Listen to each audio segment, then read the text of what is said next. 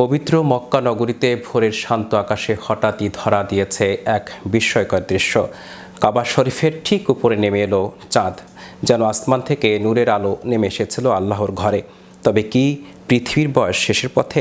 বিস্তারিত থাকছে ডেস্ক রিপোর্টে। পবিত্র মক্কা নগরীতে ভোরের শান্ত আকাশে হঠাৎই ধরা দিয়েছে এক বিস্ময়কর দৃশ্য।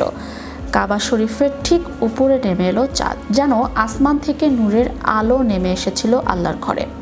তবে কি পৃথিবীর বয়স শেষের পথে? জুমার রাতে এমন বিরল স্বর্গীয় দৃশ্যে মুহূর্তে আবেগে আপ্লুত হয়ে পড়েন হাজারো মুসল্লি। কারো কাছে এটি ঈমানের দৃঢ়তা, আবার কারো কাছে আল্লাহর এক অলৌকিক নিদর্শন। শুক্রবার সৌদি আরবের মক্কায় পবিত্র কাবা শরীফের উপর বিরল এই মহাজাগতিক দৃশ্যটি দেখা গেছে। তবে এর আধ্যাত্মিক তাৎপর্যের পাশাপাশি বিজ্ঞানীরা এই ঘটনাকে দেখছেন এক মহাজাগতিক নির্ভুলতার প্রমাণ হিসেবে। তাই চাঁদের এমন অবস্থান প্রমাণ করে জ্যোতির্বিজ্ঞানীরা মহাজাগতিক বস্তুর গতিপথ কতটা নিখুঁতভাবে নির্ণয় করতে সক্ষম। এর ফলে নামাজের সময় ও কিবলার দিক নির্ধারণের আরও নির্ভুলতা আসবে বলে মনে করছে জেদ্দা অস্ট্রোনমি সোসাইটি। এছাড়াও শুক্রবার সন্ধ্যায় চাঁদ সপ্তর্ষি মণ্ডলের সামনে দিয়ে গিয়ে একে একে কয়েকটি নক্ষত্রকে আড়াল করেছিল। আর আরব বিশ্বের বিভিন্ন জায়গা থেকে এই মনোমুগ্ধকর দৃশ্য দেখা গেছে বলে জানা গেছে।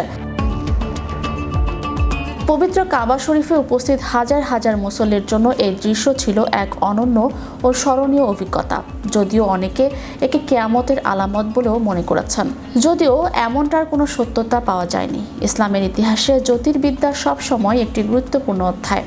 প্রাচীনকাল থেকেই সূর্য, চাঁদ ও নক্ষত্রের অবস্থান দেখে নামাজের সময় নির্ধারণ, রোজা শুরু ও শেষ এবং কিবলার সঠিক দিক নির্ধারণ করা হতো। মক্কার আকাশে কাবা শরীফের উপর চাঁদের এই মহিমান্বিত অবস্থান তাই একসাথে আধ্যাত্মিক ও বৈজ্ঞানিক তাৎপর্য বহন করে, যা বিশ্ব মুসলিমদের অন্তরে গভীরভাবে ছাপ ফেলেছে।